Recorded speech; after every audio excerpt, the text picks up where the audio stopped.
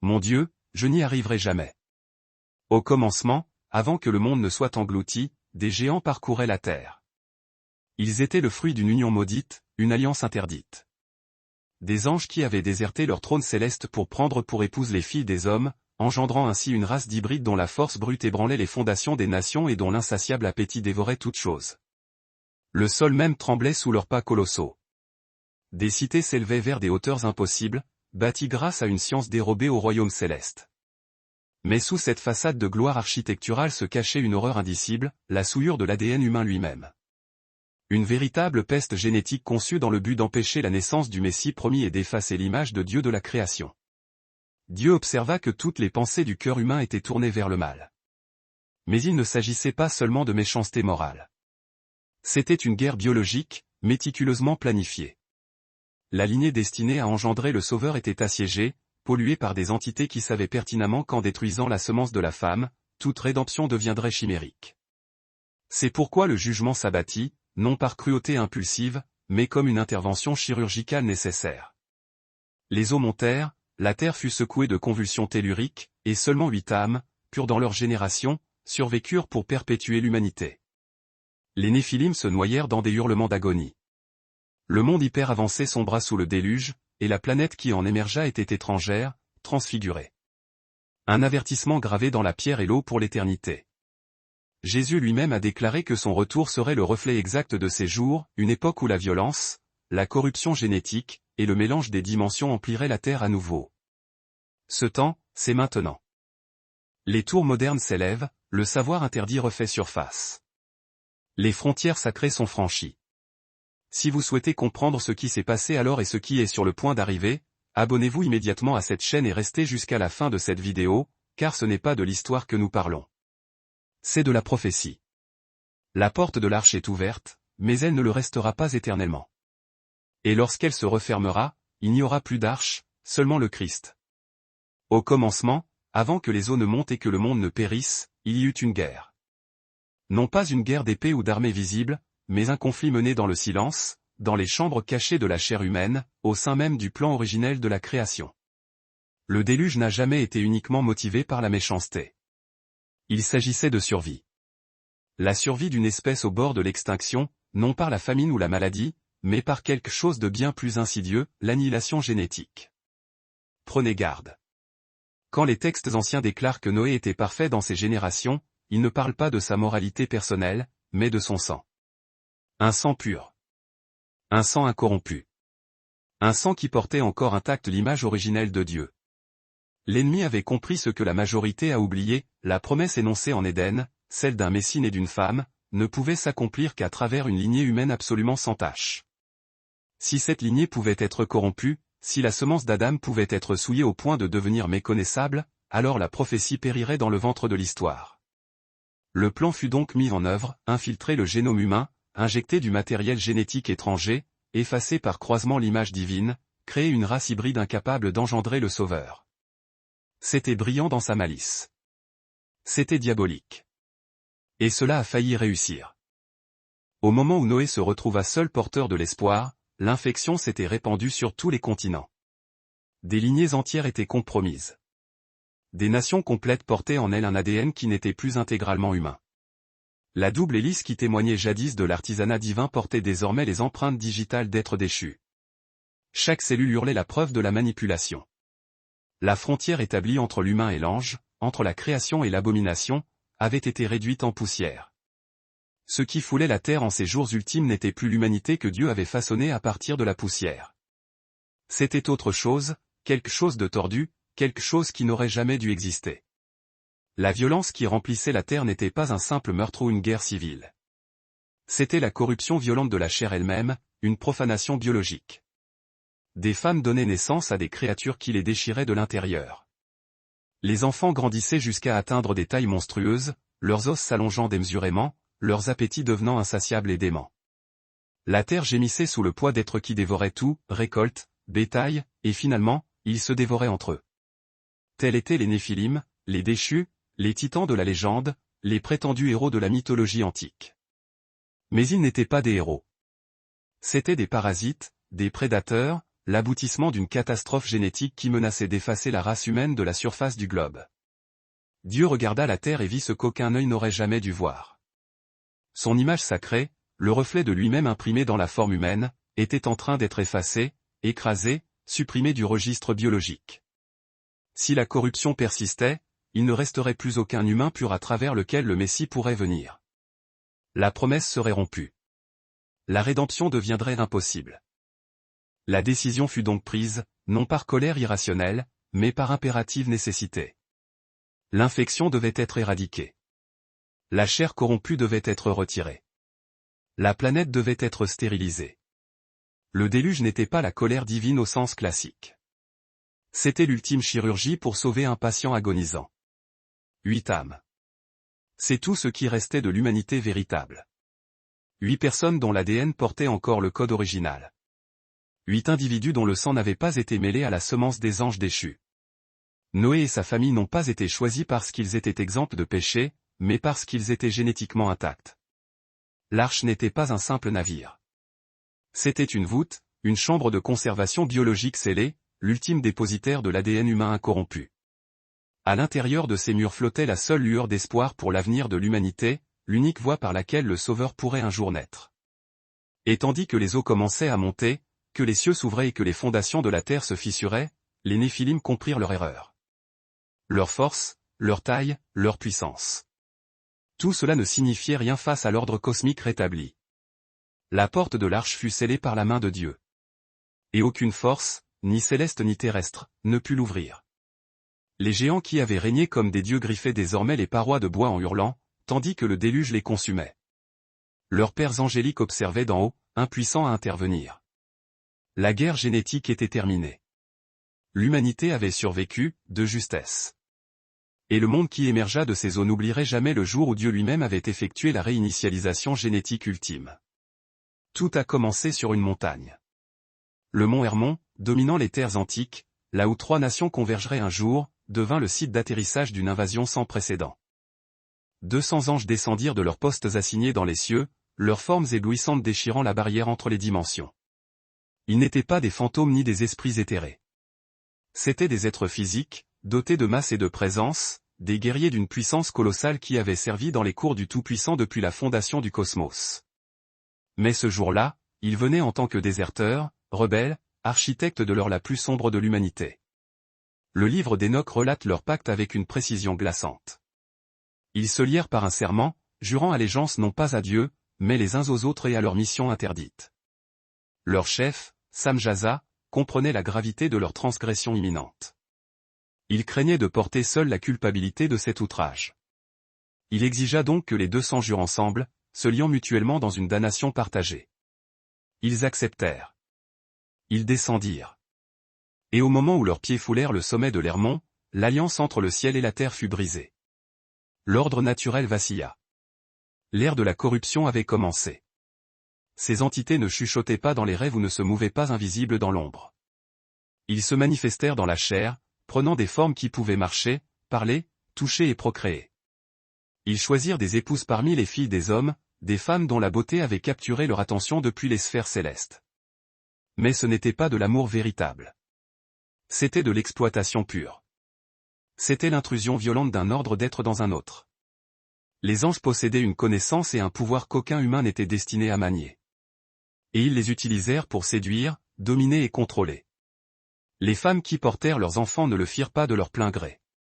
Dans la plupart des cas, elles furent les réceptacles forcés d'une expérience biologique qui donnerait naissance à une race de monstres. Le savoir apporté par les veilleurs n'était pas l'illumination. C'était un poison systémique. Azil enseigna aux hommes la forge des épées, des couteaux, des boucliers et des cuirasses.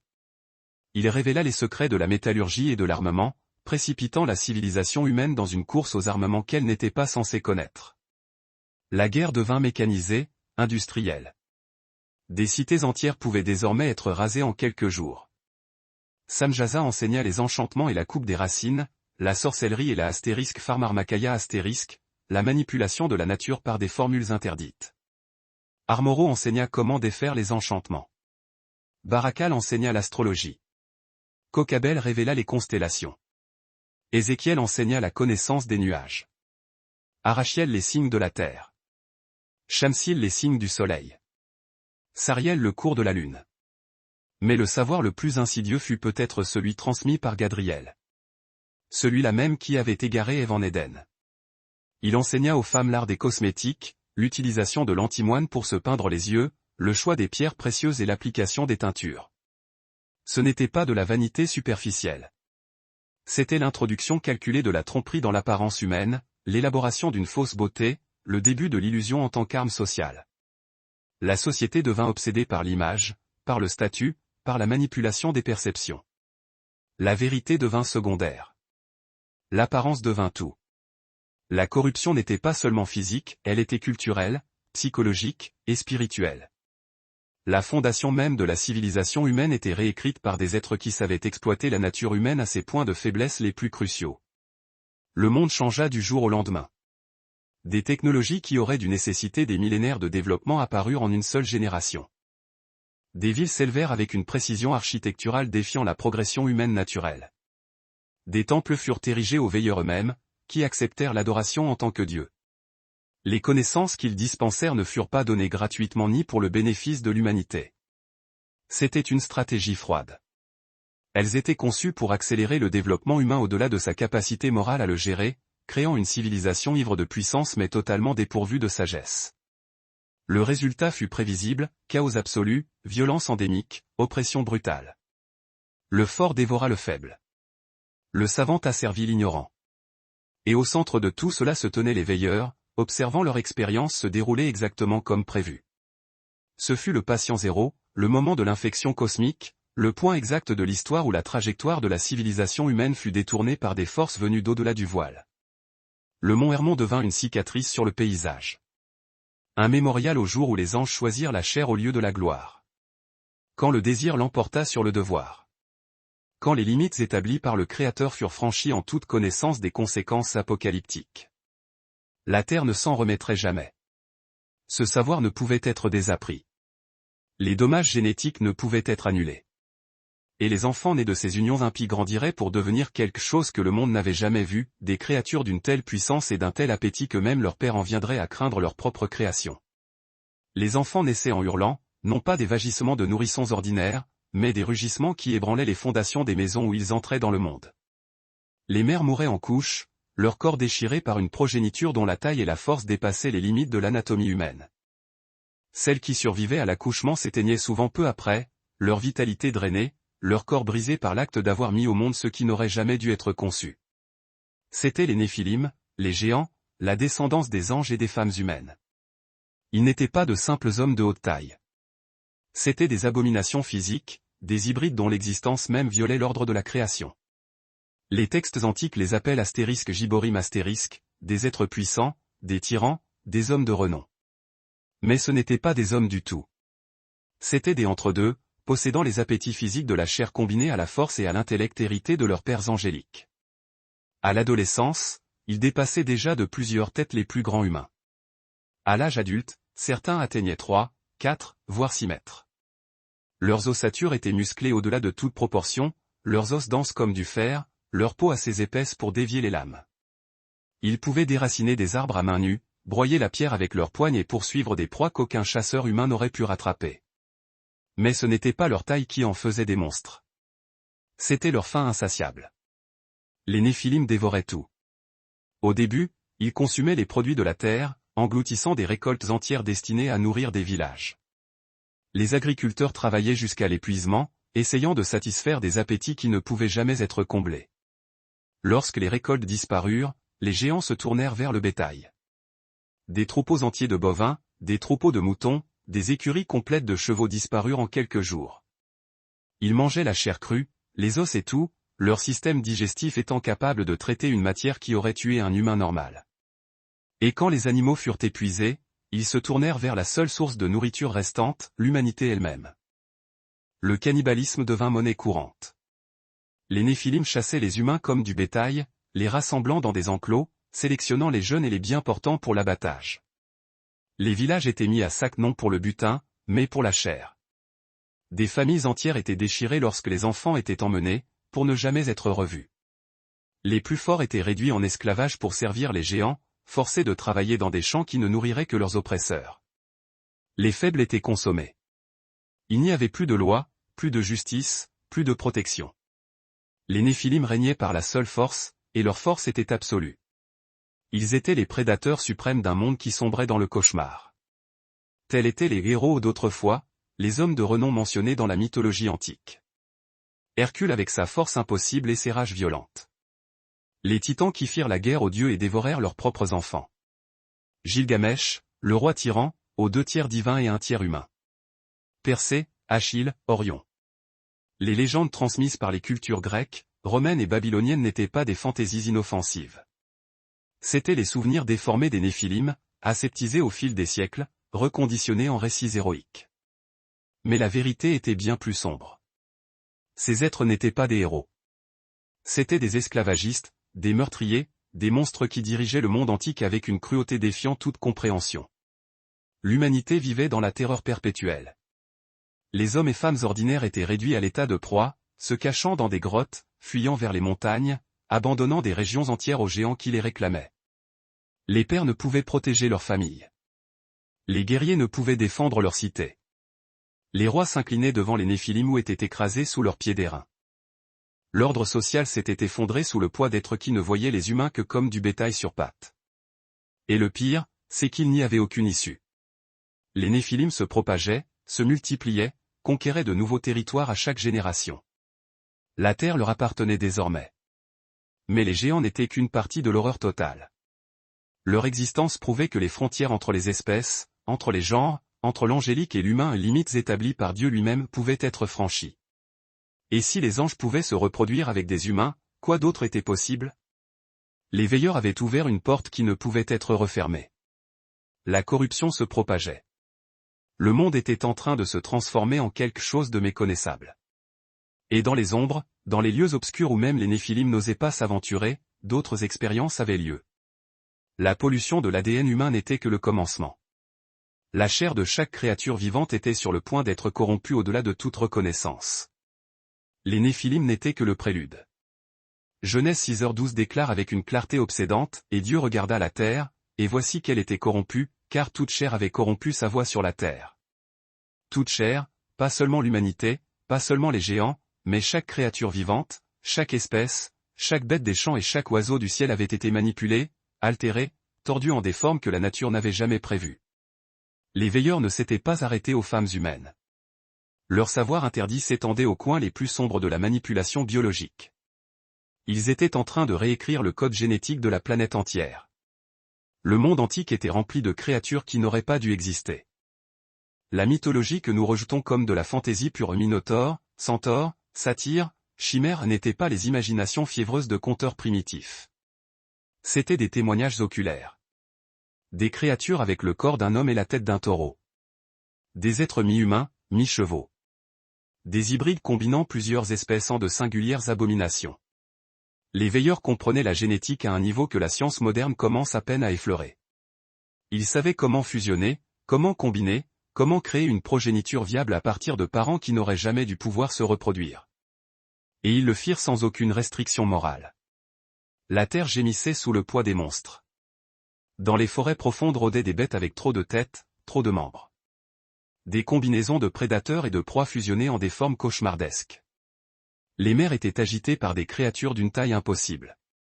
Léviathan, Béhémoth, des dragons dont l'existence même défiait la loi naturelle. Il ne s'agissait pas de dinosaures au sens moderne du terme. C'étaient des machines de guerre génétiquement modifiées, des armes biologiques créées par des êtres possédant un savoir volé à la salle du trône céleste. Certains crachaient le feu. Certains avaient des peaux insensibles aux lances. Certains possédaient une intelligence rivalisant avec la ruse humaine.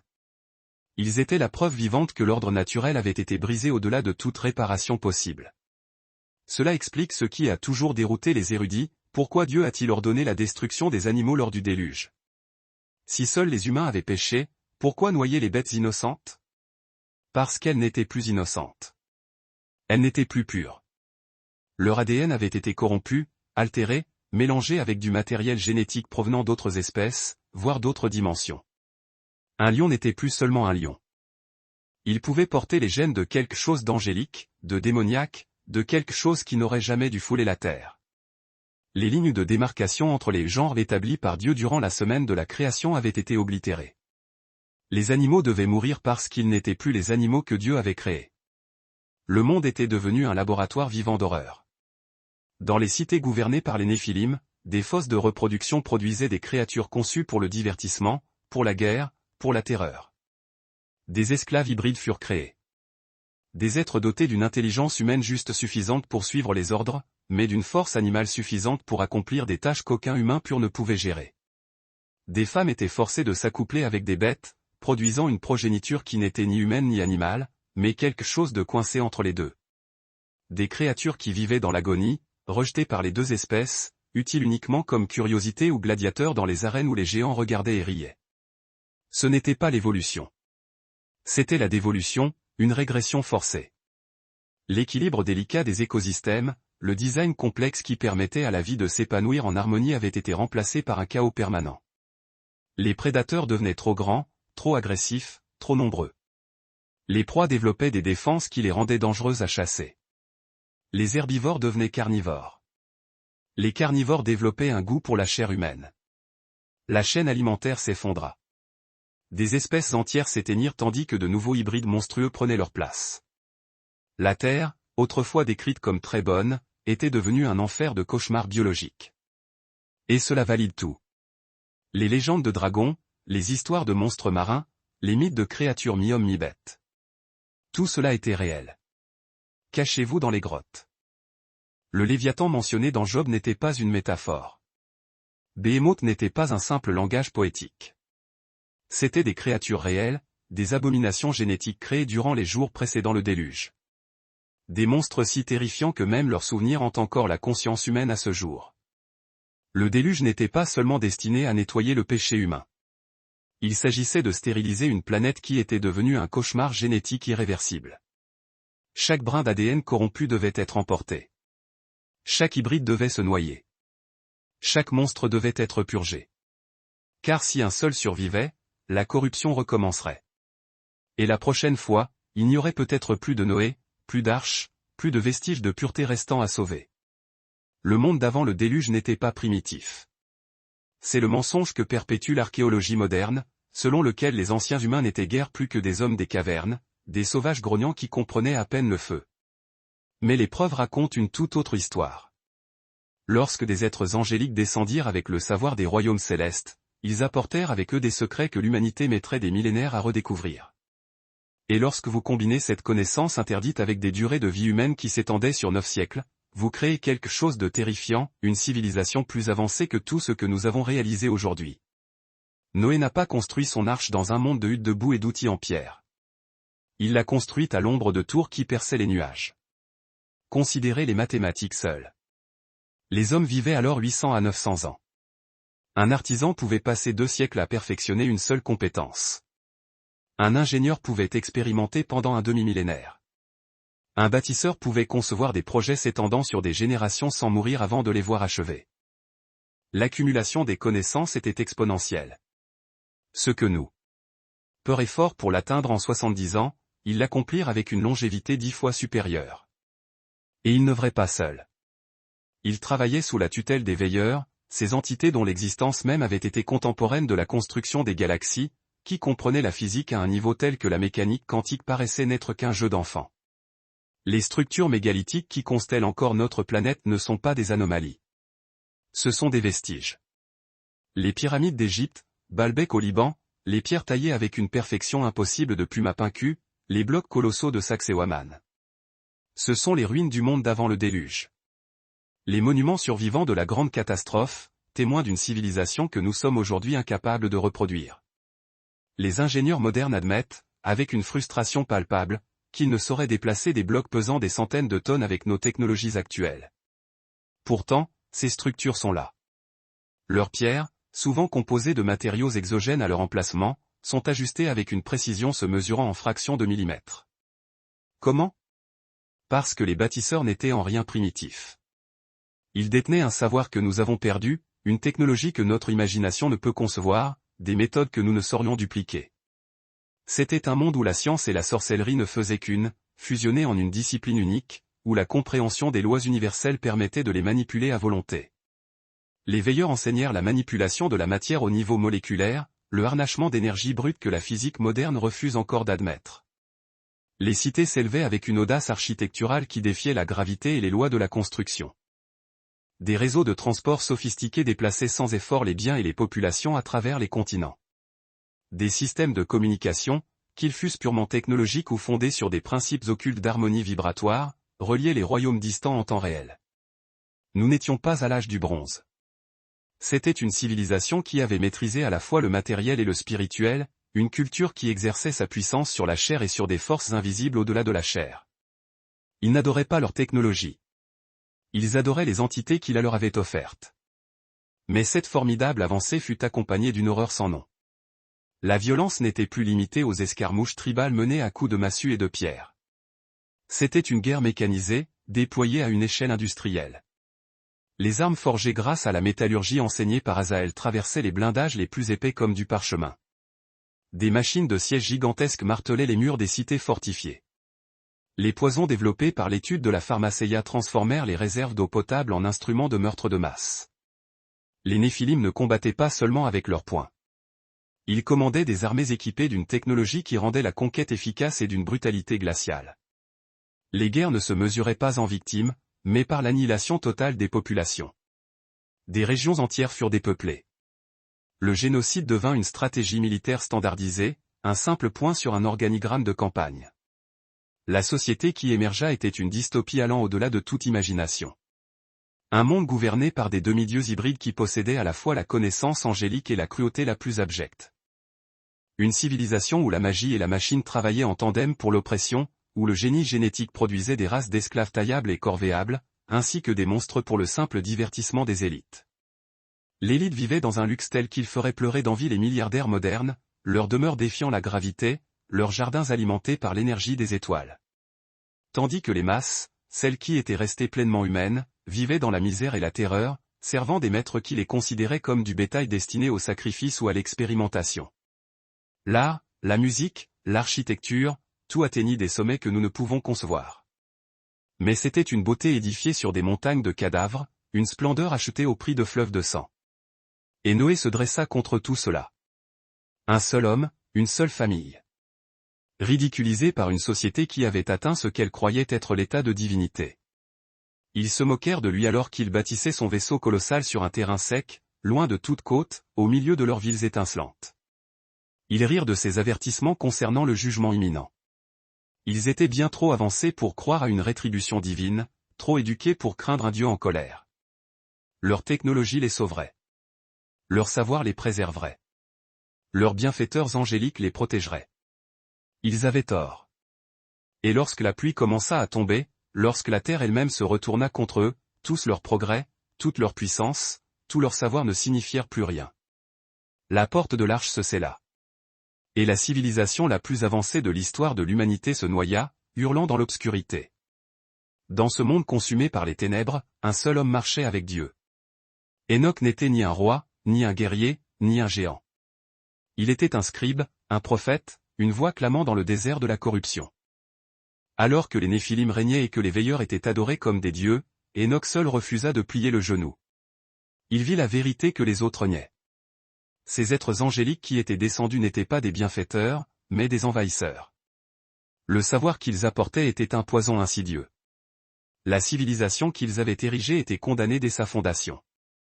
Et Dieu le choisit pour délivrer un message dont l'écho traverserait l'éternité, le jugement arrivait, et rien ne pourrait l'arrêter. Le livre d'Enoch relate sa confrontation avec les veilleurs dans un détail glaçant.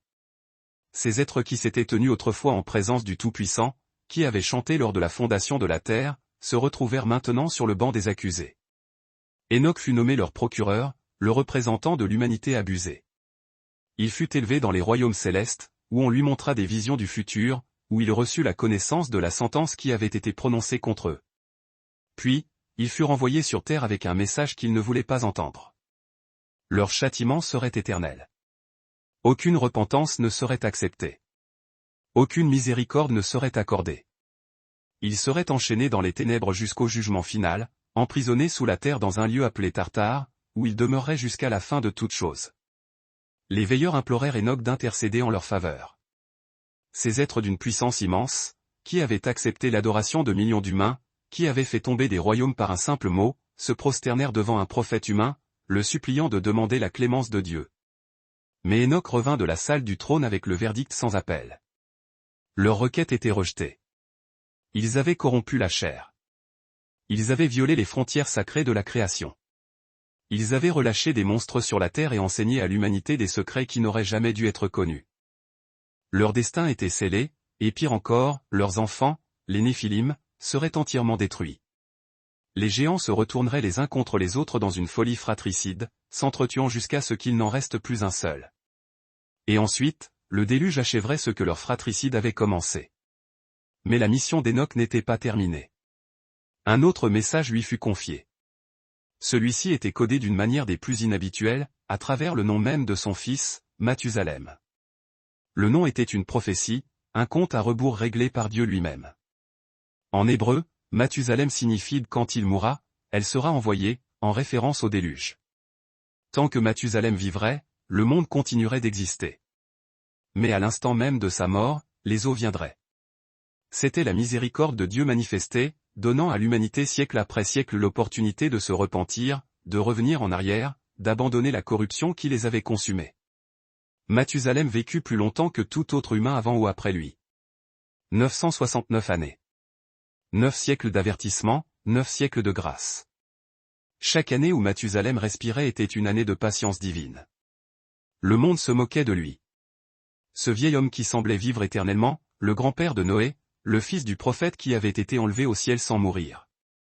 Il ne comprenait pas que sa vie était un décompte macabre. Que chaque anniversaire qu'il célébrait les rapprochait d'un an de leur destruction. Que Dieu retenait son jugement, attendant, espérant que quelqu'un, n'importe qui, écouterait les avertissements, se détournerait de la méchanceté, choisirait la droiture plutôt que la rébellion. Mais ils n'écoutèrent pas. Ils ne pouvaient concevoir un monde où leur puissance faillirait, où leur technologie s'effondrerait, où leur Dieu serait incapable de les sauver. Enoch lui-même fut épargné par l'horreur à venir. La Genèse rapporte qu'Enoch marcha avec Dieu, et il ne fut plus, car Dieu le prit. Il ne mourut pas. Il fut translaté, retiré de la terre avant que la catastrophe qu'il avait prophétisée ne puisse se dérouler. Certains disent qu'il fut enlevé parce que son message avait été délivré, son objectif rempli. D'autres croient qu'il fut retiré parce que ce qui venait était si terrifiant que même les justes ne devaient pas en être témoins.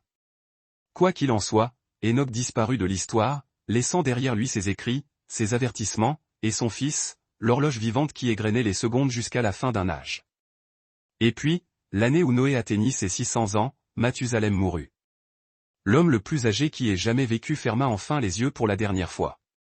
La prophétie était accomplie. Le compte à rebours avait atteint 0. À travers le monde antique, ceux qui se souvenaient des avertissements d'Enoch sentirent un frisson glacial leur parcourir l'échine. Le signe était donné. La sentence allait être exécutée. Quelque part au loin, Noé scellait la dernière planche d'une arche qui avait pris un siècle à être construite. Les animaux se rassemblaient. Le ciel s'obscurcissait. Et le monde, dans toute son arrogance, sa puissance et sa corruption, avait très exactement 7 jours à vivre. L'arche n'était pas un bateau. L'appeler ainsi, c'est diminuer l'ampleur et la sophistication de ce que Noé construisit au cours de 120 années harassantes. C'était une forteresse flottante, une capsule de survie conçue pour résister à des forces qu'aucun navire de l'histoire humaine n'a jamais affrontées. Dieu ne donna pas à Noé des instructions vagues en espérant que le meilleur se produirait. Il fournit des spécifications précises, des plans divins qui tenaient compte de la physique, de la flottabilité, de l'intégrité structurelle et des conditions catastrophiques auxquelles l'arche devrait survivre. 300 coudées de long, 50 coudées de large, 30 coudées de haut. Traduit en mesures modernes, plus de 137 mètres de longueur, 23 mètres de largeur, 14 mètres de hauteur. Un rectangle massif à 3 ponts, construit pour résister à la fin du monde. Les dimensions n'étaient pas arbitraires. Les ingénieurs navals modernes ont analysé ces proportions et confirmé ce que le texte ancien affirmait déjà, le rapport longueur-largeur-hauteur est optimal pour une stabilité maximale dans des mers déchaînées. L'arche n'était pas conçue pour naviguer, mais pour flotter, pour traverser des tempêtes qui auraient brisé n'importe quel navire conventionnel. Elle n'avait ni gouvernail, ni voile, ni moyen de propulsion. Elle n'en avait pas besoin. Son but n'était pas de se diriger, mais de survivre. De rester droite lorsque des vagues de la taille de montagne s'écraseraient contre sa coque. De rester intacte lorsque la surface entière de la planète deviendrait un maelstrom tourbillonnant de destruction. Le plan était parfait parce que le concepteur était parfait. Mais l'ingénierie dépassait de loin les simples mesures. L'arche devait être absolument étanche dans des conditions où l'eau viendrait simultanément d'en haut et d'en bas, où la pression changerait constamment, où les variations de température feraient gonfler et se contracter le bois avec violence. Il fut ordonné à Noé de l'enduire à l'intérieur et à l'extérieur de poids, une substance résineuse qui scellait chaque interstice, chaque joint, chaque couture. Le mot hébreu utilisé est « kophé », qui signifie également expiation ou couverture. Même dans la construction, il y avait un symbolisme profond. La poix qui sauva la famille de Noé des eaux du jugement préfigurait le sang qui couvrirait un jour le péché de l'humanité. Noé n'était pas un fermier primitif. Pour accomplir ce qu'il fit, il fallut des connaissances avancées en charpenterie, en logistique, en ingénierie et en gestion de projet. Il dut trouver le bois de Gophé, un matériau dont l'identité exacte est aujourd'hui perdue pour l'histoire, mais qui fut clairement choisi pour sa résistance et sa durabilité exceptionnelles. Il dut couper, façonner et assembler des planches suffisamment massives pour former la coque d'un navire plus long qu'un terrain de football. Il dut construire 3 ponts complets, chacun avec des compartiments adaptés aux différentes espèces, des systèmes de ventilation complexes pour assurer la circulation de l'air, un drainage pour éliminer les déchets, et des réserves de nourriture qui devaient durer plus d'1 an. Ce n'était pas un projet de week-end. C'était un chef-d'œuvre qui consomma toute sa vie d'adulte. Et il le fit tandis que le monde se moquait de lui. Imaginez la scène. Un homme bâtissant un navire immense sur terre ferme, à des centaines de kilomètres de l'océan le plus proche, dans un monde qui n'avait probablement jamais vu de pluie. Ses voisins ricanaient. Les Néphilim affichaient leur mépris. Les savants de cette civilisation hyper avancée ridiculisaient sa foi primitive en un dieu invisible qui se souciait de la droiture. Ils avaient leur tour, leur cité, leur technologie. Que faire des avertissements de jugement? Quelle menace l'eau pouvait-elle représenter pour des êtres qui avaient conquis la terre? Noé était un fou, disait-il. Un fanatique religieux gaspillant sa vie sur une illusion. Mais Noé continua de construire, jour après jour, année après année, décennie après décennie. Le bruit des marteaux résonnait à travers un monde qui refusait d'écouter. L'arche était plus que du bois et de la poix. C'était une déclaration de foi gravée dans la matière. Chaque planche que Noé posait était une affirmation que la parole de Dieu était vraie, que le jugement était réel, que le salut était possible pour ceux qui croyaient.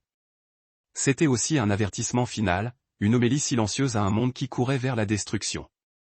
Pendant 120 ans, cette structure massive se tint là comme un sermon muet, grandissant à chaque saison, impossible à ignorer. Quiconque voulait savoir pourquoi elle était construite pouvait demander. Quiconque voulait être sauvé pouvait aider. Mais ils choisirent la moquerie plutôt que la miséricorde. Ils choisirent l'orgueil plutôt que la préservation. Et lorsque la porte se ferma finalement, lorsque Dieu lui-même scella l'entrée, leurs rires se transformèrent en hurlements. À l'intérieur de cette arche flottait l'avenir de la planète. Non seulement 8 âmes humaines, mais aussi des représentants de chaque espèce animale. L'ADN non corrompu d'un monde sur le point d'être purgé. L'arche était une banque de gènes, une voûte biologique, le dernier dépôt de la création tel que Dieu l'avait voulu. Et elle tint bon. À travers des tsunamis qui pouvaient engloutir des montagnes, à travers des tremblements de terre qui déchiraient les continents, à travers un déluge qui noya les plus hauts sommets, l'arche résista. Elle ne chavira pas. Elle ne se brisa pas. Elle chevaucha le chaos comme un berceau ballotté sur les vagues de la colère divine. Car elle n'avait pas été construite par la seule sagesse humaine. Elle avait été bâtie selon les spécifications de celui qui avait créé l'eau, le bois et les lois de la physique elle-même. L'ingénierie impossible était la preuve d'un Dieu impossible. Et lorsque les eaux se retirèrent, lorsque l'arche s'immobilisa sur les monts d'Arara, elle se dressa comme un monument au fait que l'obéissance, aussi folle qu'elle puisse paraître, est toujours plus sage que la sagesse d'un monde sous le jugement. 7 jours. C'était tout le temps qu'il restait. Les animaux étaient venus, attirés par un instinct qui défiait toute explication naturelle. Prédateurs et proies marchant côte à côte. Les oiseaux descendant du ciel, les créatures émergeant des forêts, des déserts et des montagnes, convergeant toutes vers l'arche dans une procession ordonnée qui fit taire même les moqueurs. Ils entrèrent 2 par 2, 7 par 7, espèce après espèce, remplissant les compartiments que Noé avait préparés. Et lorsque le dernier animal franchit le seuil, lorsque les dernières provisions furent stockées, lorsque Noé et sa femme, ses 3 fils et leurs épouses se tinrent à l'intérieur du vaisseau qui avait consumé leur vie, un événement se produisit qu'aucune main humaine ne pouvait accomplir. Dieu lui-même ferma la porte. Le texte est spécifique, et l'Éternel le ferma sur lui. Ni Noé, ni ses fils. La porte fut scellée par une puissance divine, verrouillée de l'extérieur par la main qui avait créé le bois dont elle était sculptée. Le mécanisme, quel qu'il fût, s'enclencha avec un bruit qui résonna à travers la vallée, définitif, absolu, irréversible. Ceux de l'intérieur étaient en sécurité. Ceux de l'extérieur étaient condamnés. Il n'y aurait pas de seconde chance, pas de sursis de dernière minute, pas de sortie de secours. La séparation était totale. Le jugement avait commencé. Même si le ciel était encore clair, même si le sol était encore sec. Pendant 7 jours, rien ne se passa. Et dans ce silence, l'horreur s'installa. Imaginez ces 7 jours à l'intérieur de l'arche. L'obscurité totale éclairée seulement par des lampes à huile. Le bruit des animaux s'installant dans leurs enclos. Le craquement sourd du bois. La respiration de 8 personnes qui savaient ce qui allait arriver. Aucune voix de l'extérieur. Aucun coup frappé à la porte. Pas encore. Juste l'attente, la prière, le doute lancinant de savoir si tout cela était réel. Si la pluie allait vraiment tomber, si le monde qu'ils avaient connu toute leur vie était vraiment sur le point de s'achever. Noé avait prêché pendant plus d'1 siècle. Il les avait avertis. Il les avait suppliés de se repentir. Et maintenant, enfermés à l'intérieur d'une boîte de bois sans issue, ils ne pouvaient rien faire d'autre qu'attendre que Dieu agisse. À l'extérieur, l'humeur passa de la moquerie à l'inquiétude. La migration des animaux avait été troublante. La porte se scellant d'elle-même avait été vue par des centaines, peut-être des milliers de témoins, et maintenant, 7 jours de silence absolu. Les Néphilim, qui ne craignaient rien, ressentirent quelque chose qu'ils n'avaient pas éprouvé depuis des générations, l'incertitude. Leurs pères angéliques étaient devenus silencieux. Les cieux, habituellement remplis des perturbations atmosphériques qui accompagnaient les mouvements des veilleurs, étaient calmes, trop calmes. La civilisation avancée, avec tout son savoir et sa technologie, commença à faire des calculs, à vérifier ses instruments, essayant de déterminer ce qui se passait. Mais leur science ne pouvait détecter ce qui s'accumulait sous leurs pieds, ce qui se rassemblait dans la canopée atmosphérique au-dessus de leur tête. Puis, au 7e jour, le monde se réveilla face à un ciel transformé. Des nuages, d'épaisses masses noires et rugissantes de vapeur, couvraient les cieux d'un horizon à l'autre. La température chuta brutalement. La pression atmosphérique se dérégla. Et pour la première fois dans l'histoire humaine, ou peut-être pour la première fois depuis la création, la pluie commença à tomber. Pas une bruine. Pas une tempête. Un déluge. L'eau se déversa du ciel en cataractes, en torrents, en quantités qui transformèrent le jour en nuit. Et au même instant, la terre sous leurs pieds commença à se fissurer. Les fontaines du grand abîme, ces océans souterrains emprisonnés sous la croûte terrestre, firent éruption avec la force d'1 million de volcans. Des geysers d'eau surchauffée jaillirent à des kilomètres dans les airs. Le sol s'ouvrit et les hurlements commencèrent. Alors, ils vinrent à l'arche. Les Néphilim, leur force inutile contre l'eau montante. Les riches, leur or sans valeur. Les savants, leur savoir n'offrant aucune échappatoire. Les adorateurs humains des veilleurs, criant vers leur Dieu qui ne répondait pas. Ils martelèrent la porte que Dieu avait scellée. Ils griffèrent la coque. Ils hurlèrent le nom de Noé, le suppliant de les laisser entrer, promettant n'importe quoi, offrant tout. Mais la porte ne s'ouvrit pas. Elle ne pouvait pas s'ouvrir. À l'intérieur, Noé et sa famille entendirent chaque cri, chaque supplique, chaque malédiction, et ils pleurèrent. Non parce qu'ils doutaient de la justice de Dieu, mais parce qu'ils comprenaient enfin tout le poids de ce que signifiait être sauvés. Tandis que le monde se noyait, les plus forts d'entre eux tentèrent de s'introduire. Les Néphilim jetèrent leurs corps massifs contre les parois de l'arche. Ils utilisèrent les armes mêmes qu'Azaël leur avait appris à forger, frappant le bois avec des haches et des marteaux, essayant de se frayer un chemin vers la sécurité. Mais la poix tint bon, la construction résista. Ce que les mains humaines avaient bâti sous instruction divine ne pouvait être franchi par des monstres hybrides dans leurs agonies. Et à mesure que les eaux montaient, tandis que les humains plus faibles étaient emportés les premiers, les géants réalisèrent la vérité que leur orgueil avait cachée. Ils étaient mortels. Leur sang angélique ne les rendait pas insensibles à la noyade. Leur père les avait abandonnés. Et le jugement qu'ils avaient moqué pendant un siècle était maintenant enroulé autour de leur gorge, remplissant leurs poumons, les entraînant vers les ténèbres. Le point de non-retour avait été franchi 7 jours auparavant. La porte était fermée, et à l'extérieur de cette porte, le monde mourut en hurlant. La pluie n'était que le commencement. Pendant des siècles, l'humanité a dépeint le déluge comme une averse prolongée, 40 jours et nuits de fortes précipitations qui remplirent progressivement le monde comme une baignoire. Mais le récit biblique décrit quelque chose de bien plus catastrophique, de bien plus violent, de bien plus absolu. La Genèse rapporte que toutes les fontaines du grand abîme furent rompues et que les écluses des cieux furent ouvertes. Ce n'était pas de la météo. C'était la planète elle-même déchirée de l'intérieur et assaillie simultanément d'en haut. Le déluge n'était pas une catastrophe naturelle. C'était une démolition contrôlée de la structure géologique entière de la Terre. Sous la surface, verrouillés sous des kilomètres de roches et de sol, de vastes réservoirs d'eau existaient depuis la création, des océans souterrains piégés dans des chambres profondes au sein de la croûte terrestre. Lorsque Dieu donna l'ordre, ces chambres explosèrent. La pression qui avait été contenue pendant des millénaires fut relâchée en un instant terrifiant. Des fissures s'ouvrirent à travers chaque continent. Des jets d'eau surchauffée firent éruption du sol avec la force de détonation nucléaire, atteignant des kilomètres d'altitude. Des chaînes de montagnes entières se fracturèrent. Les plaques tectoniques, qui avaient été stables depuis que le monde avait été formé, commencèrent à glisser et à se chevaucher. Ce que les géologues appellent la dérive des continents ne prit pas des millions d'années. Cela se produisit en quelques semaines, en quelques jours. Alors que les fondations mêmes de la Terre fléchissaient et se séparaient, la planète convulsa. Des tremblements de terre mesurant au-delà de tout ce que la sismologie moderne pourrait classer, ondulèrent à la surface. Les cités qui avaient tenu pendant des siècles, s'effondrèrent en quelques secondes. Les tours construites par la civilisation prédiluvienne, ces merveilles architecturales qui avaient atteint le ciel, s'émiettèrent en poussière et s'enfoncèrent dans la boue bouillante. Les montagnes tombèrent. Les vallées se soulevèrent.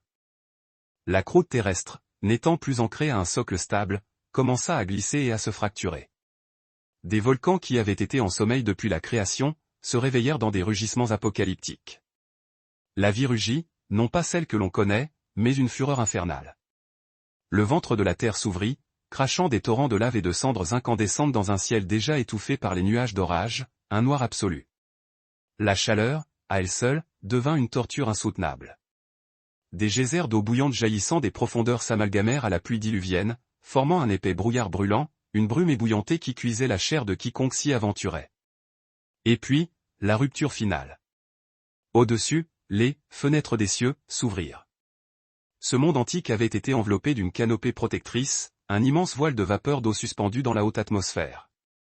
Cette couche vitale filtrait les radiations nocives, régulait la température globale et, surtout, créait les conditions idylliques pour les longévités extraordinaires enregistrées avant le cataclysme. Maintenant, ce bouclier s'effondra. Des milliards et des milliards de mètres cubes d'eau, jusque-là maintenus en suspension atmosphérique, s'abattirent en cascades fracassantes. Ce n'était plus la pluie que nous connaissons. C'était une chute d'eau cosmique, un déluge constant et écrasant qui transformait l'air lui-même en une barrière liquide et impénétrable. La visibilité disparut totalement. Respirer devint un combat. Le vacarme était assourdissant, un rugissement primordial qui couvrait jusqu'au dernier hurlement des agonisants. Les deux forces, l'eau des profondeurs et l'eau des hauteurs, convergèrent dans une apocalypse qui remodela la planète entière. Les océans, gonflés au-delà de toute mesure, s'engouffrèrent sur les continents. Des tsunamis larges de plusieurs centaines de mètres, des montagnes d'eau pure, déferlèrent à des vitesses ne laissant aucune chance de fuite. Des forêts millénaires furent déracinées et balayées en quelques instants.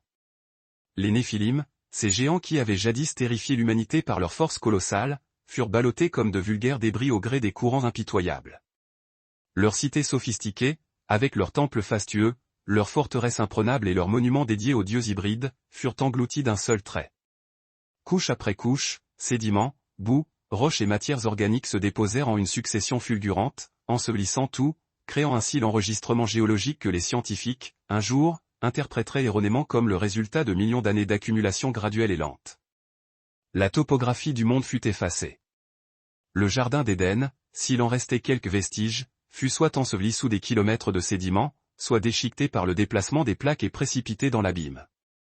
Les continents eux-mêmes commencèrent leur dérive, se déchirant le long de failles béantes tandis que les fontaines continuaient de rugir.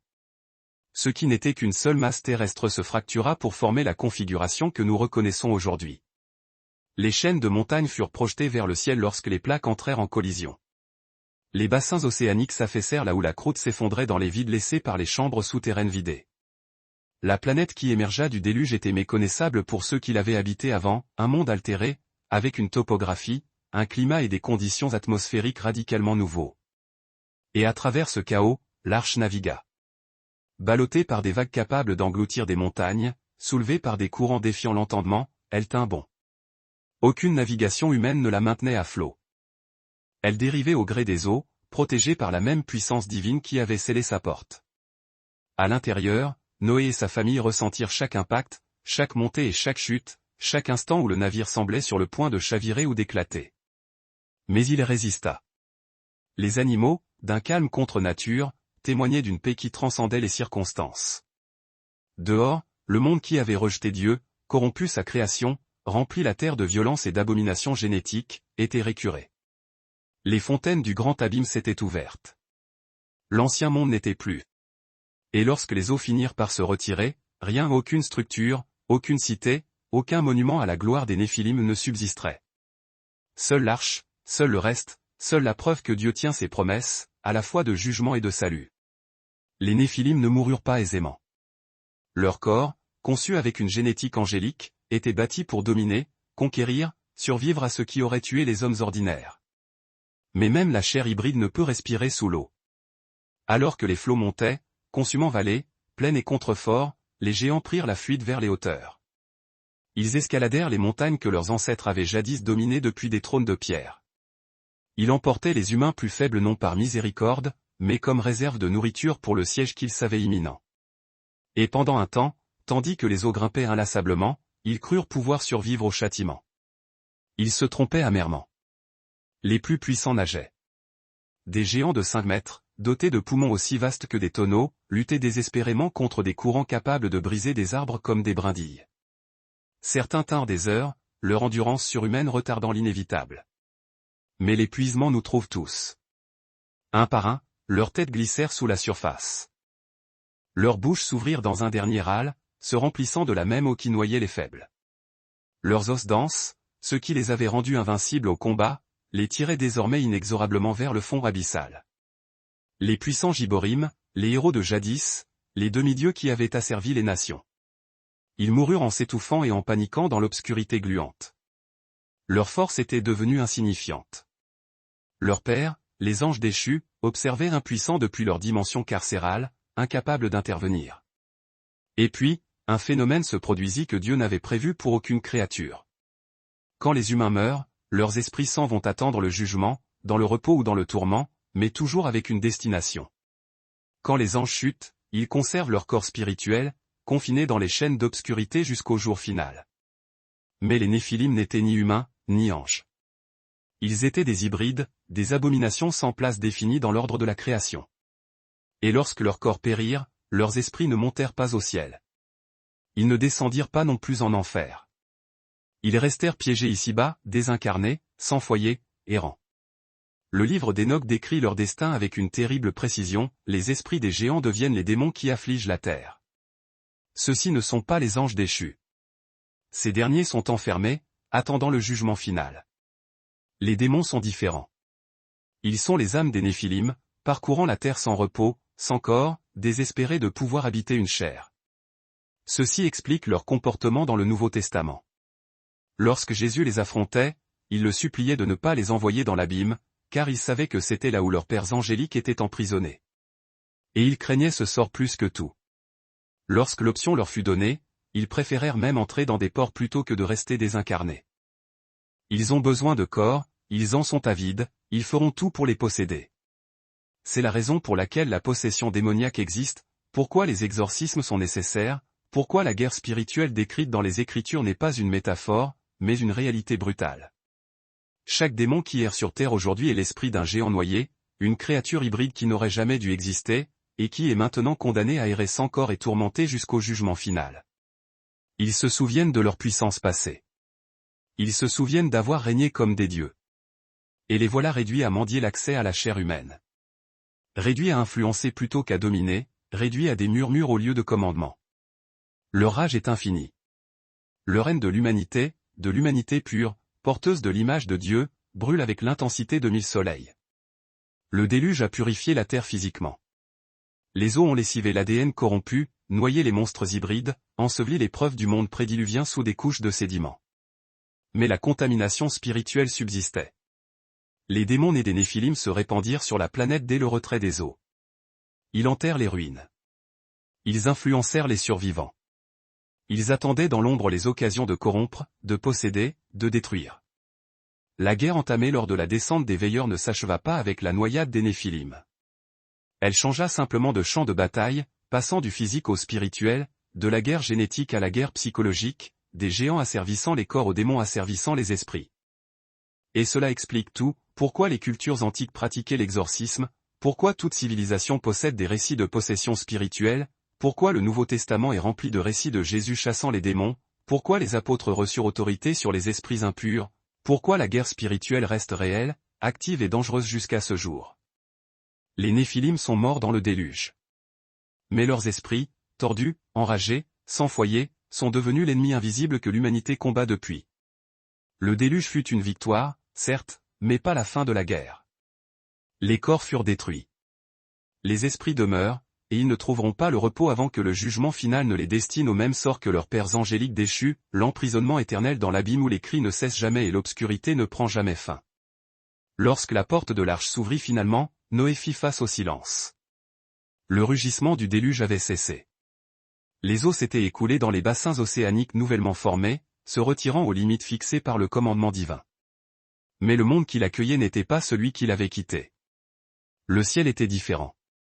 Ce n'était plus le bleu parfait filtré par une canopée protectrice, mais une lumière plus crue, plus directe, qui piquait les yeux. L'air était plus raréfié, plus froid, porteur de l'odeur de la mort et de la décomposition des milliards de cadavres en putréfaction sous les couches de sédiments frais. Les montagnes étaient plus hautes, projetées par la violence tectonique. Les vallées étaient plus profondes, sculptées par des eaux qui avaient redessiné les continents. Ce n'était pas chez lui.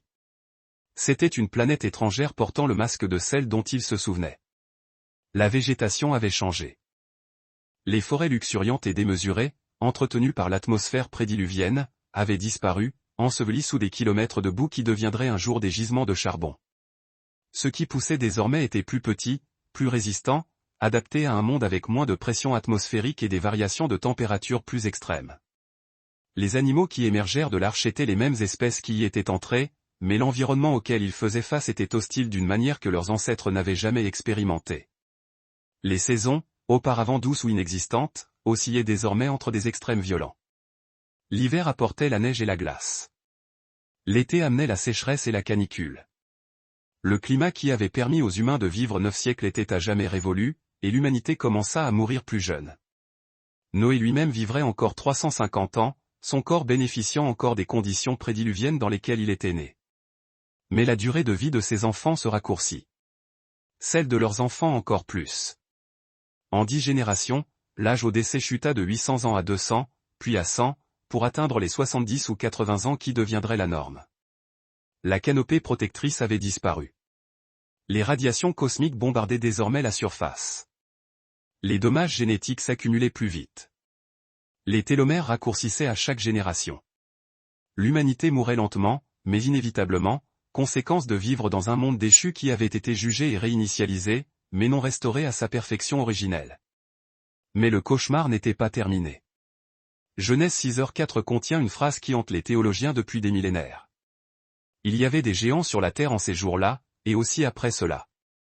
Après cela, après le déluge, les Néphilim revinrent. D'une manière ou d'une autre, et de manière impossible, le gène hybride survécut. Peut-être fut-il porté dans l'ADN de l'une des belles-filles de Noé, un trait récessif resté dormant jusqu'à ce qu'il soit déclenché. Peut-être les anges déchus, bien qu'emprisonnés, avaient-ils laissé des bombes génétiques à retardement dans la population humaine qui s'activeraient plus tard. Ou peut-être de nouvelles incursions se produisiraient, des violations mineures que Dieu permit pour mettre à l'épreuve le monde post-diluvien. Quelle qu'en soit la cause, les géants réapparurent.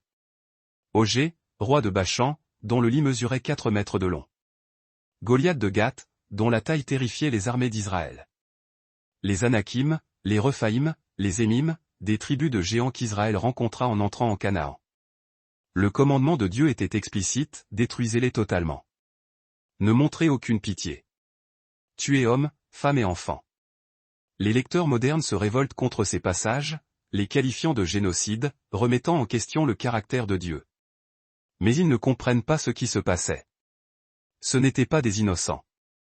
C'étaient des populations hybrides, porteuses d'ADN corrompu. Les descendants génétiques des Néphilim.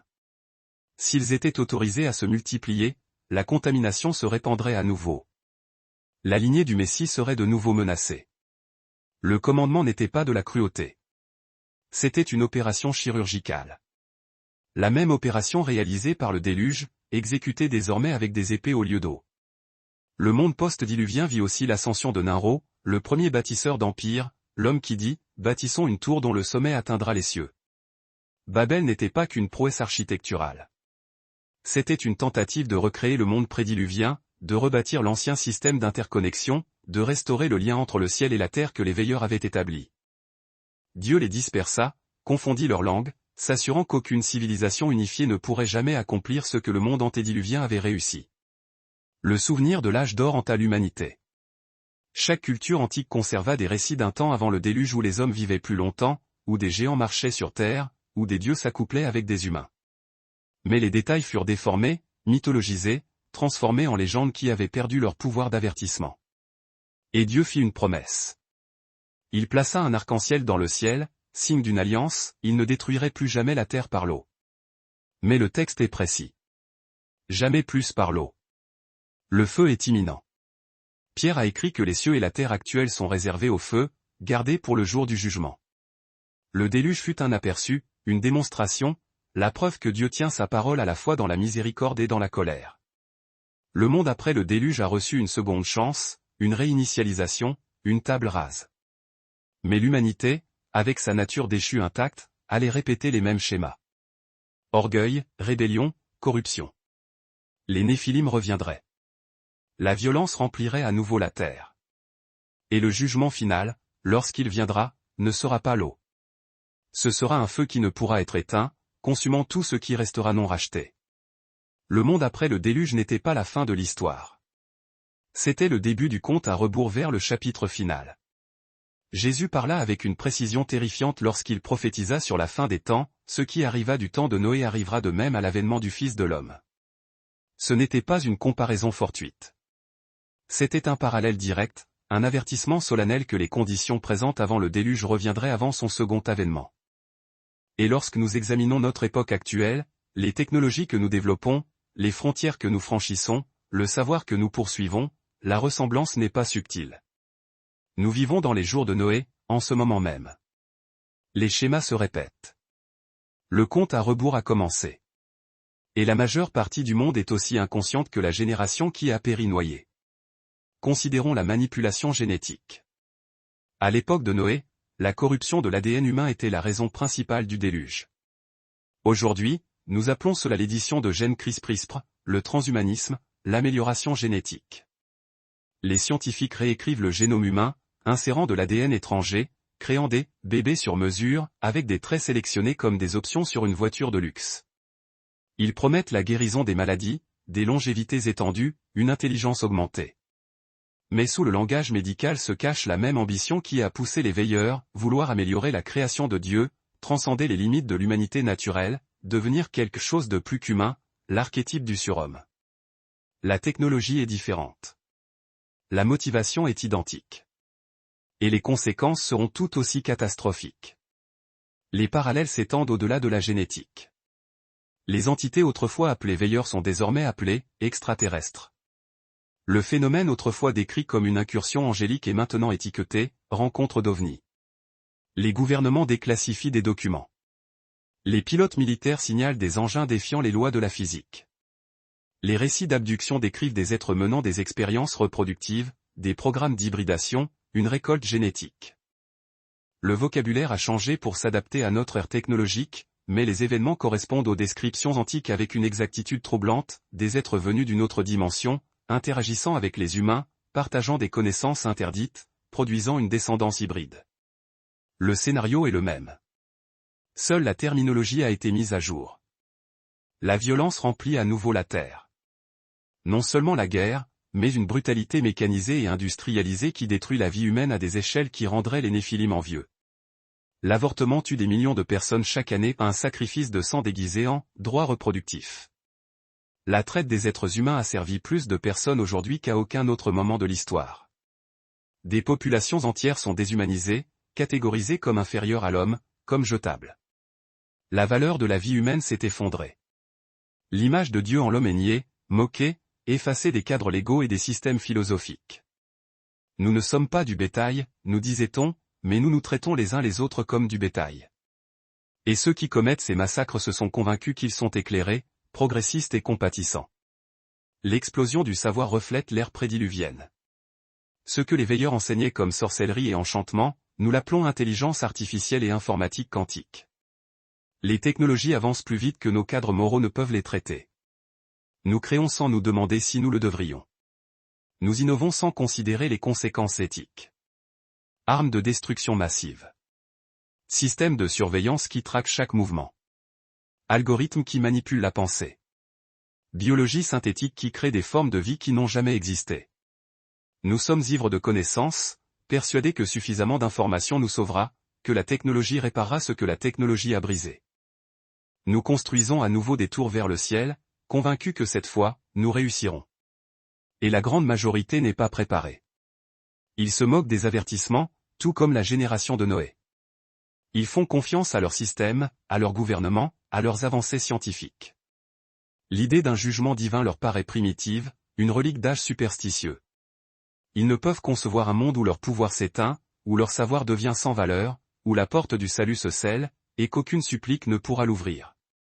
Ils mangent et boivent, se marient et donnent en mariage, exactement comme Jésus l'a prédit. La vie normale, les affaires courantes, juste jusqu'à l'instant où le ciel se fendra et où tout changera à jamais. Mais il y a une différence entre hier et aujourd'hui. À l'époque de Noé, l'arche était physique, faite de bois et de poids, construite pendant un siècle, visible à tous ceux qui avaient des yeux pour voir. Le salut offert aujourd'hui est spirituel. Jésus-Christ est l'arche. Il est l'unique refuge contre la colère à venir. Non pas une structure, mais une personne, non pas un lieu, mais une relation. Et la porte est encore ouverte, pour l'instant. Tout comme il y eut un moment où Dieu scella l'arche et où personne d'autre ne put entrer, il y aura un moment où l'âge de la grâce prendra fin. Où l'opportunité du salut se refermera, où la séparation finale s'opérera entre ceux qui sont sauvés et ceux qui ne le sont pas. La question n'est pas de savoir si le jugement arrive. L'Écriture le garantit. La question est de savoir si vous serez à l'intérieur ou à l'extérieur lorsque la porte se fermera. Les jours de Noé sont revenus. La corruption génétique s'accélère. Les entités déchues se manifestent à nouveau. La violence et la méchanceté sont célébrées comme des vertus. Le monde court vers le même destin qui a noyé la civilisation antédiluvienne. Mais contrairement à la génération de Noé, vous avez été avertis. Vous connaissez l'histoire. Vous voyez les schémas. Et l'arche, Jésus-Christ, le Fils de Dieu, vous appelle par votre nom. La pluie n'a pas encore commencé. La porte est toujours ouverte, mais elle ne le restera pas éternellement. Ce qui arriva du temps de Noé arrivera de même. Et lorsque cette porte se fermera, lorsque le jugement commencera, il n'y aura pas de seconde chance, pas de sortie de secours, pas d'appel de dernière minute, seulement les sauvés et les perdus, seulement le reste et les noyés. Le choix, pour ce bref instant de l'histoire, vous appartient toujours.